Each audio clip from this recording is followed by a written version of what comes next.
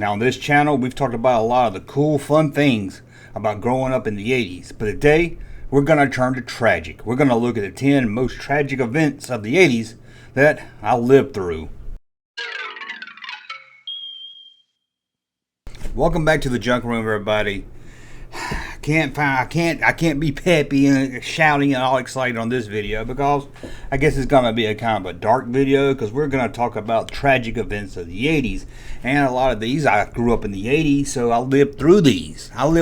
And I just kind of want to do this. Let's see how many of you lived through this also and how it affected you, because some of these events, although it didn't, it might not have been right there when it happened, we watched it on TV, we heard all about it.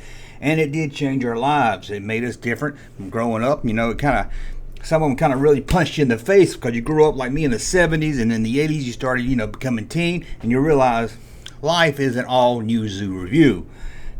So I wrote down 10 of them in order. I did it best to think of the most tragic things I could think of that I lived through that shaped me who I am today. And again, I hope some of you can relate to this. Number 10.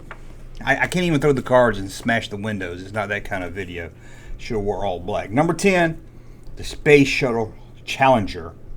I don't know what grade I was in, maybe second grade. We watched it on television. I can remember we watched it on television like everybody did.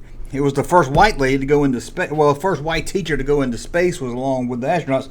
I feel sorry for all the other people on the airplane because they all talked about the teacher that went up in space, the girl with the perm, but they never mentioned the other astronauts. Well, we watched it on TV, and I didn't really know what was going on. I was like, maybe they went to light speed. I didn't know. I just saw a bunch of smoke and then it kind of hit everybody, and everybody was down. Everyone was down in the dumps that day. It was hard to get the rest of the school day done. This was early morning. We still had a lot of work to do. We still had to go outside and play with that big parachute at recess. And that was probably some of the good because they brought the parachute out. But it was a tragic day, and it really, really told you, that life can change at an instant. Just like that, life can change. Here's these people right here. And I can remember just the next day, kids on the playground would tell you, hey, what does NASA stand for? And I don't know. I know it's something to do with space or something. They say it stands for need another 7 astronauts. And I'll say, this ain't the time to be making those kind of jokes, but we all heard them. And number 9 right here, tragic event of my life. I think we all can relate to this one. Remember where we were when we found out about this? Maybe when we first saw it, maybe when we bought it. CocaCola, the drink we all loved, CocaCola, it became New Coke. Remember that? When something's good, why does it change? Yes, we all enjoy drinking Coca-Cola. Wasn't it nice? I liked them in a glass bottle. My grandma would always buy them in the glass bottle. She put them in the freezer for a little bit, get a little bit of ice in them. We would have that and maybe a little snack while we watched T.J. Hooker on a Friday, maybe Saturday night. I don't remember what day it came on. But then all of a sudden we went to the store to buy a Coca-Cola. And it was called New Coke. They changed the formula, and they changed to a formula that sucked ass. So it wasn't just me, it wasn't just grandma, it was all of us. We all complained. Everyone complained so much they released Coca-Cola Classic. And I think they still put Classic on the bottles today. I'm not really sure, but that was a bad day.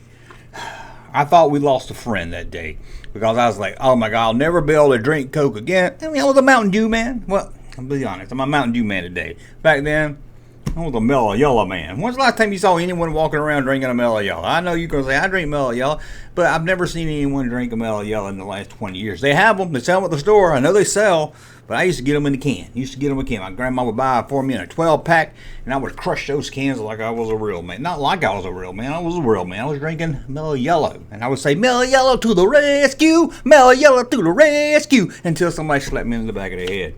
Okay, so we got that tragic event here. And I'm going to be honest.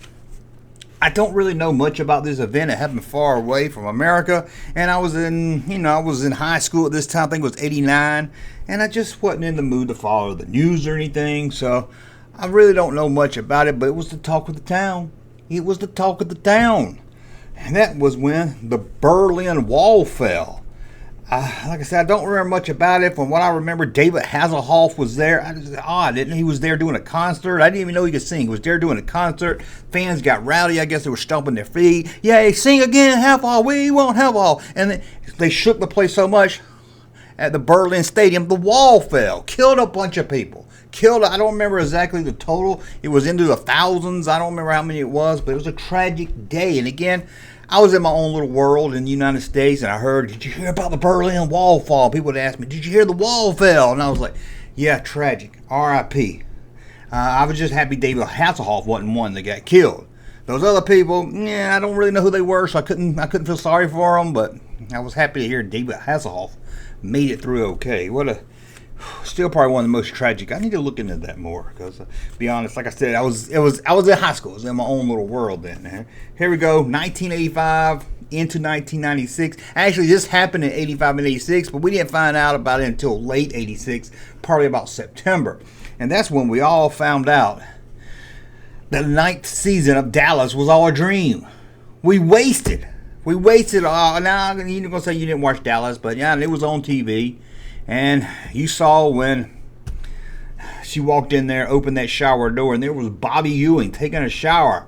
Yeah, rubbing Irish Spring all over that hairy chest. Remember, water was running down his back, and his skin was like real shiny. A lot of light was shining on it. It was like real sparkling skin, and he was rubbing that bar of soap all over that hairy chest, all over those nipples and everything. I remember it. I just remember it like yesterday. And we had to wait all summer to find out, how did he get in that shower? How did he get naked? And we found out it was all a dream. Sue Ellen, I don't know, it wasn't Sue Ellen, I don't think. Sue Ellen, I think it was JR's wife. She had a dream of Bobby. He wasn't dead. He didn't get hit by that car like she thought. And we found out we wasted a whole year watching Dallas, and it was a damn dream. It was a damn dream. No. Man. You know what Jaws did for going to the ocean? Bobby did that for going to the shower. He never went in the shower the same again. Now, that is a more personal, I think this was 1987. State test at school. Everyone told us for weeks, state test is coming. This is when, you had tests all day long. It wasn't finals. That's bad enough. This was some kind of state test you had to take. It was really, everybody was stressed out, and it would take all day. God, it would take all day. You'd be in one classroom all day, and they'd bring your number 2 pencil. Bring your number 2 pencil. That was really big. It had to be a number 2. I didn't know. I know there was a number 2 on the pencil. I didn't know. I don't know what the difference is between a number 1 pencil and number 9 pencil. I don't know what the difference is. So I said, I don't care, and I just grabbed the first pencil. I saw what just happened to be a Return of the Jedi pencil that I had in my room, sharpened it, and came to school, took my test, and it was a number 1 pencil. Number 1 pencil. So my state test was void. My state test was void. I had to go back on a Saturday. And retake my test.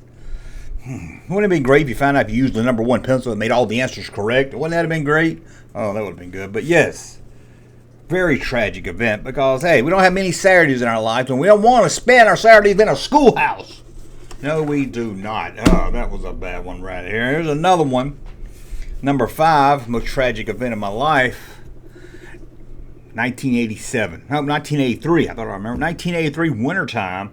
And here in the South, in Georgia, it doesn't get too cold. I mean, it gets cold. It gets down in the 50s. We're freezing. Our nipples are hard. We don't know what to do. But this day, it was like 19 degrees outside. And we waited the night before to see if we had to go to school. We prayed. We crossed our fingers, hoping it would give us a snow day. Although there wasn't a chance of snow. There was not even a chance of snow. If it's going to be cold, please give us some snow. Please give us some snow. Come on, snow gods. But it was cold. We thought maybe they'll cancel it anyway. I didn't have a real thick jacket or nothing, but I had to get up and go to the school bus. I didn't always take the school bus. Sometimes I did, but this day I just happened to have to take the school bus. I had to walk up a hill. I walked all the hill. It was so cold. I could remember, I had the book bag on my back. I think I had 2 jackets on. I think I had my windbreaker, my Hank Jr. windbreaker, and a blue jean jacket that had like a hood on it and had some fur on the collar. It was like wool, like a sheep on the inside of that blue jean jacket. I didn't like that. I want a blue jean jacket, but I didn't want one that had like a sheep inside of it. But that's what I got. Got up there and waited. And my friend Doug was up there. I wouldn't say friend. Went to school with Doug. Wouldn't never talk to him if I didn't go to school with him. It was somebody you wouldn't even look at. You wouldn't even have nothing to do with him if you weren't forced to go to school with him. So me and Doug stood there. Cold. God, it was so cold. It was so cold. It was so cold, man. So cold, my penis has shriveled in on itself. But we stood there and waited, and I asked Dux, what's going on here? And Dux said, I don't know. We waited and waited, and then somebody rode by, and they was like, what are y'all doing out here? It's cold. And we were like, we're waiting on the bus. I said, dude, the bus came 35 minutes ago. Oh, my God, we missed the bus. We missed the bus. It was so cold. And when you miss the bus, what do? Well, you try to go home. But I couldn't go home. My parents were home that day. They were asleep, so me and Doug had to walk to school. It took us 35 minutes to walk to school in the freezing cold. God, it was so cold. I've never felt anything. I felt so sorry for Han, Luke, Tauntaun, and Wampa Man, because I know how they felt being in the cold. They know how they felt being in the cold. Number 4, most tragic events of my life, 1987. I think we were in 1987. We're back in 1987 again. What a bad year. What a bad year. This was summertime.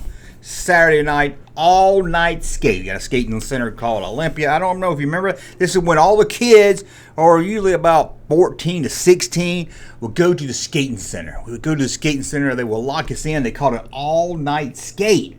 All night skate. And I showed up at all night skate and I was ready. I think it was 87, but it might have been a little later. Maybe 88. It doesn't really matter. It was 80s. So I showed up. My brother dropped me off. We went inside. Everything's going fine. Everything's going fine. There's some girls there. There's Jenny. Hey, Jenny, what's up? You know, we had a lot of Jennies. We had a lot of Amy's. We had a lot of Rebeccas. All the Rebeccas were fat. I don't know what that is. I don't know what it has to do with anything, but all the Rebeccas I knew were fat. It's fat girl's name, at least in my town. But, you know, I was trying to put the vibe out. I wasn't really a good skater or anything. And they said, it's 10 o'clock, all night skate begins. And it was about 30 minutes into it, and the manager came over. The manager came over to me. What did I do? I'm not a punk. I'm not. Sure, I don't like playing. I'm sure when they said backer skate only, I didn't go. I went out there and skated anyway. I can't skate backwards, much less forward. I remember they had the big fuzzy dice they would roll and play a game. I never was part of that. But they said, you can't stay here because your jeans has got too many rips in it. Now this time, I know I was listening to country music, but this time, everybody loved Def Leppard, pour some sugar on me. So whatever year that came out is when this was. And I took my jeans, and man, we knew how to do it. You take sandpaper and rub it. You didn't want to cut it. You wanted to make it look like it was natural. And I had cuts all up and down my blue jeans on both legs, all up and down it. All up and down it. It's like, you got to go. That's against dress code. But you know what? You know what we did? We put long johns under it. I don't know if that was something you guys did. I don't know if that was just a Georgia thing or just my area. But we put long johns under it. That way they couldn't see any skin and we wouldn't get kicked out. But this guy manager didn't get the memo, I guess. And he said, hey, you gots to go. He said, you gots to go. And I gots to go. So he kicked me out of the Olympia Skate Center. And then we didn't have cell phones back then. This was probably about 11 o'clock at night. No one's parents was coming till about 7 in the morning. 7 in the morning. Luckily, I had my friend with me, Kyle, and we hung out in the back, Olympia Skate Center, talked, walked around the neighborhood. There was a neighborhood in the back, kind of walked around there, probably like burglars or something, and we hung out. But still, I missed that all-night skate. That was my first time I ever did all-night skate. Never got to go back. Never got to go back just because I wore some damn jeans with rips in them. Whew. Oh, number 3. This one still bothers me today. Still bothers me today. I didn't get to hear what happened on the rest of the story to Paul Harvey. Remember Paul Harvey? Listen to him on the radio. Everybody loved Paul Harvey. Any teenager growing up in the 80s listened to Paul Harvey. It was 2 people you listened to on the radio. It was Paul Harvey, and it was, I forgot his name right now. Oh, Hard Harry Hardon. You had to listen to one of the 2. Hard Harry Hardon was really great, told you about your school and everything. But Paul Harvey was my personal favorite, and I can remember, I think we were in a Red Lobster. We were on our way, and we heard the story, and Paul Harvey was telling the story, and he was like, I'll be back to tell you the rest of the story. I don't know, he used to pause a lot. Remember that? And this is the rest of the story. Little Jimmy would like to play a game. Remember that in it say, and that is the rest of the story. Good day. Remember he used to do that? I don't know why he paused so much. Some of you probably like, who the hell is Paul Harvey? But we got the Red Lobster, and I was intrigued by this story. I never got to find out what happened. I never got to find out who put our motorboat on a canoe.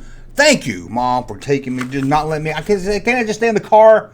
Can't I just stay in the car and listen to part 2 of Paul Harvey so I can figure out what happened? Ooh. Tragic day. Number 2. Number 2 on the list.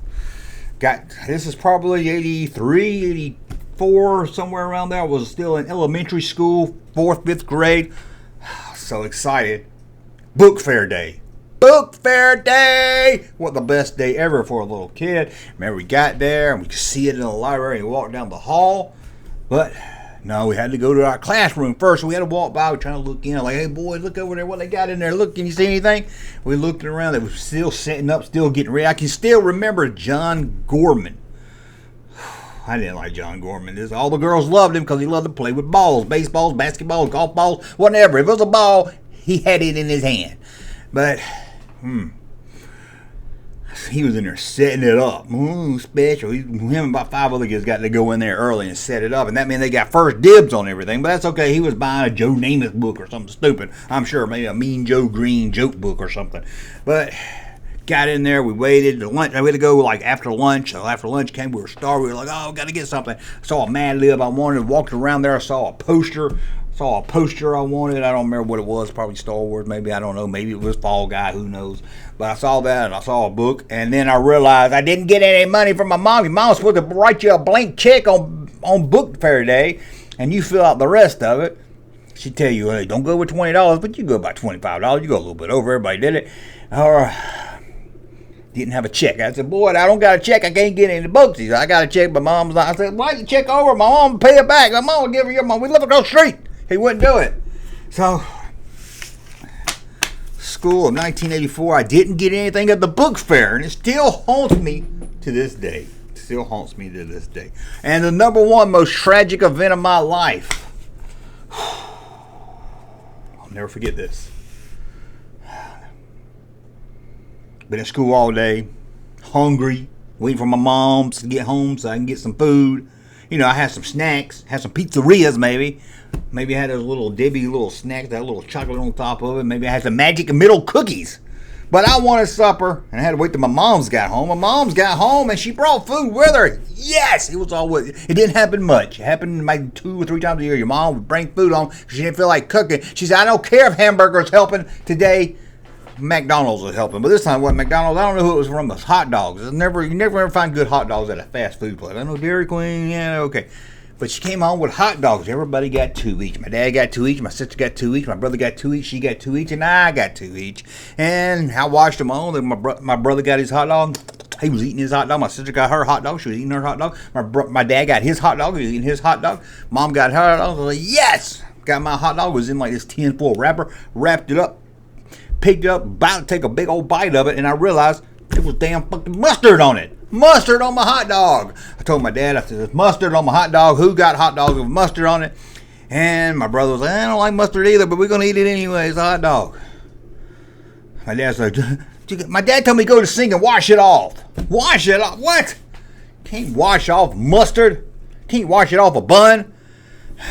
Oh, I never wanted, sorry, moms. I never wanted to kill my mom so much in my life. Not only just my mom. If I had access to a gun back then, if I was a kid with a gun, that's why I didn't have one, I would have went back to the hot dog stand and just...